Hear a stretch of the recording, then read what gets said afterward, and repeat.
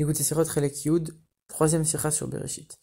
Alors, le Rabbi, il a déjà expliqué à plusieurs reprises dans énormément de sirot que à chaque fois qu'il y a une question dans le sens simple du texte de la Torah et que Rashi ne pose pas cette question, c'est qu'en vérité la question elle est finalement assez simple pour qu'on puisse y répondre tout seul et c'est pour ça que Rashi ne répond pas. Il n'y a aucune question que Rashi laisse de côté. Donc ça veut dire que si nous, quand on lit la Torah, on a des questions, et qu'on voit que Rashi ne répond pas à ces questions, alors ça veut dire que soit Rashi y a déjà répondu, soit c'est une question qui est tellement évidente que Rashi n'a même pas besoin d'y répondre. Et ici, dans notre paracha, le Rabbi pose une question à laquelle Rashi ne répond pas. Il dit, on voit que le serpent, il est parti parler à Chava. À quel moment on a vu qu'un serpent, il parle? Et pourquoi Rashi ne dit rien à ce sujet? Alors, on pourrait se dire que finalement, on va comprendre de nous-mêmes que à l'époque, le serpent parlait, et comme on voit aujourd'hui que les serpents ne parlent plus, alors on va déduire, à l'époque il parlait, mais depuis il parle plus. Et c'est quand depuis? C'est depuis qu'il a fait la faute et qu'il a eu un certain nombre de malédictions. Alors, une des malédictions, c'était de lui enlever la force de parler, donc aujourd'hui il ne parle plus. Mais quand on regarde la Torah, c'est pas mentionné dans les malédictions. La Torah, elle explique nulle part, de manière expressive, que on va enlever la parole au serpent. Et même si on aurait pu le comprendre, comme on vient de le voir, on aurait pu le comprendre de nous-mêmes finalement. Alors pourquoi c'est pas dit clairement dans les malédictions? Alors a priori on pourrait dire que cette punition elle est incluse dans la phrase générale que Dieu il a dit au serpent en disant tu seras le plus maudit de tous les animaux. Et comme les autres animaux ne parlent pas, ça veut dire que finalement, si on dit que tu es le plus maudit, obligatoirement tu ne vas plus parler et tu ne seras plus rusé. Comme le verset dit qu'il était rusé, tu ne seras plus rusé, tu ne parleras plus. Puisque les autres, ils sont inférieurs à ça, donc toi tu seras encore inférieur à eux. En vérité, on ne peut pas répondre ça. Puisque, en ce qui concerne le fait que Dieu va couper les pieds du serpent, alors finalement, comme on a dit, il doit être inférieur aux autres animaux. Et comme il y a d'autres animaux qui ont déjà pas de pieds, alors lui, c'est sûr qu'il doit ne pas en avoir. Et pourtant, on voit que Dieu le précise quand même dans les malédictions. Alors, nous, on savait même pas que le serpent avait des pieds et que du coup, on lui a enlevé. Donc, quand la Torah nous raconte les choses, elle est obligée de nous dire, voilà, on va lui couper les jambes, il en avait avant, ok. Maintenant, dans ce que Dieu va dire au serpent en tant que malédiction, il mentionne quand même, tu vas à partir de maintenant ramper sur le ventre, etc. Mais si c'était inclus, si tout était inclus dans tu seras le plus maudit, on n'aurait pas rajouté ça par la suite. Donc tu vois qu'on a rajouté tu vas ramper sur le ventre, et donc ça veut dire que cette première phrase de dire tu es le plus maudit, ça inclut pas tout. Finalement, c'est juste une introduction, et ce qu'on va énoncer après, c'est chacune des malédictions. Et on voit qu'on ne mentionne pas le fait qu'on va enlever la parole au serpent.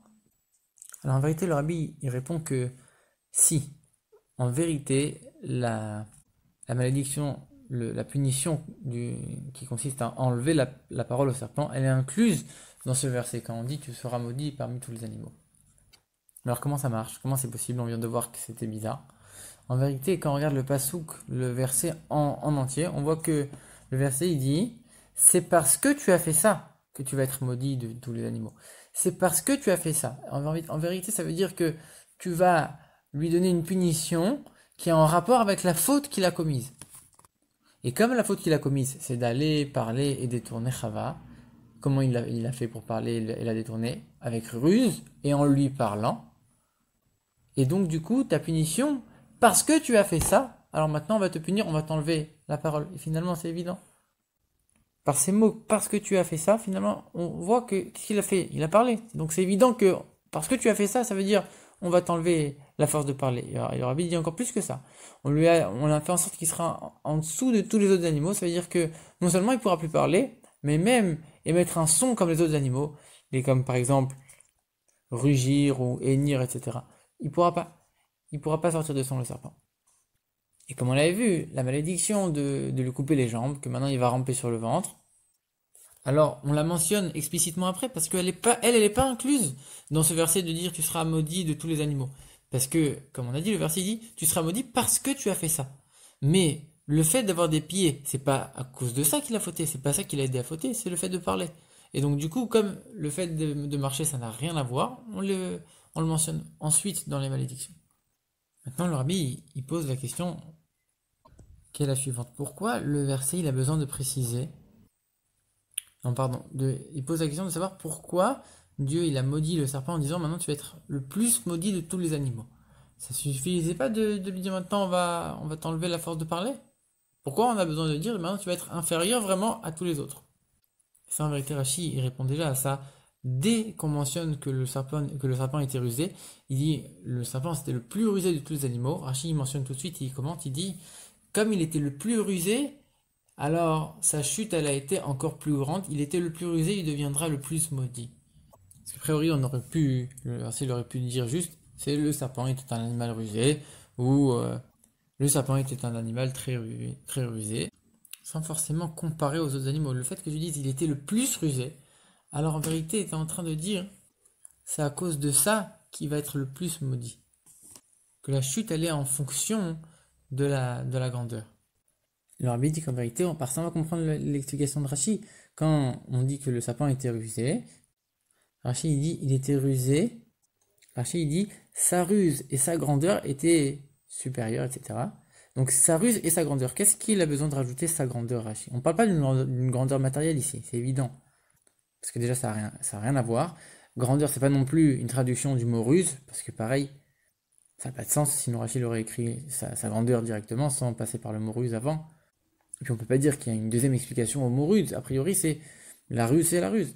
Et ici, si Rachid vient rajouter sa grandeur, c'est pour nous dire en vérité, il y a la ruse et il y a la manière de la mettre en pratique. La ruse, elle comprend la ruse en elle-même, mais aussi son application concrète. Et ça, c'est la force de la parole. Donc c'est pour ça que la Torah ne le mentionne pas, parce que finalement c'est inclus ici. Quand on dit qu'il était rusé, forcément qu'il pouvait parler. Et donc de la même manière, quand on dit il sera maudit plus que tous à cause de ce qu'il a fait c'est parler, donc forcément qu'on va lui enlever la force de parler. Le Rabbi nous donne l'enseignement qu'on peut tirer dans le service de Dieu de ce Rashi. De là on voit qu'on peut passer du sommet le plus haut à l'abîme la plus basse. Et donc en vérité on peut en tirer un enseignement pour le bien. Quand on se trouve au niveau le plus bas, on peut finalement atteindre le niveau le plus haut d'un extrême à l'autre immédiatement. Ça on le voit dans l'épisode des serpents brûlants qui ont piqué qui ont tué beaucoup de juifs dans le désert. Alors Moshe Rabbeinu, il avait fait un serpent de bronze, il l'avait placé très haut, et tout celui qui regardait le serpent, il guérissait. C'est-à-dire que le serpent, qui est le symbole de la mort, il permettait de guérir. Donc là, on avait une élévation d'un extrême à l'autre. Et cette capacité de passer d'un extrême à l'autre, du niveau le plus bas au niveau le plus haut, Dieu il avait déjà donné depuis la faute de l'arbre de la connaissance avec ce serpent finalement, et par le fait qu'il nous a montré qu'il est tombé du niveau le plus haut jusqu'au niveau le plus bas, il nous a donné la force par la suite qu'on puisse transformer les niveaux les plus bas jusqu'au niveau le plus haut, qu'on puisse passer d'un niveau à l'autre comme ça. Et c'est grâce à ça que par la suite, le même serpent il a pu guérir, faire passer du niveau le plus bas jusqu'au niveau le plus haut par la guérison.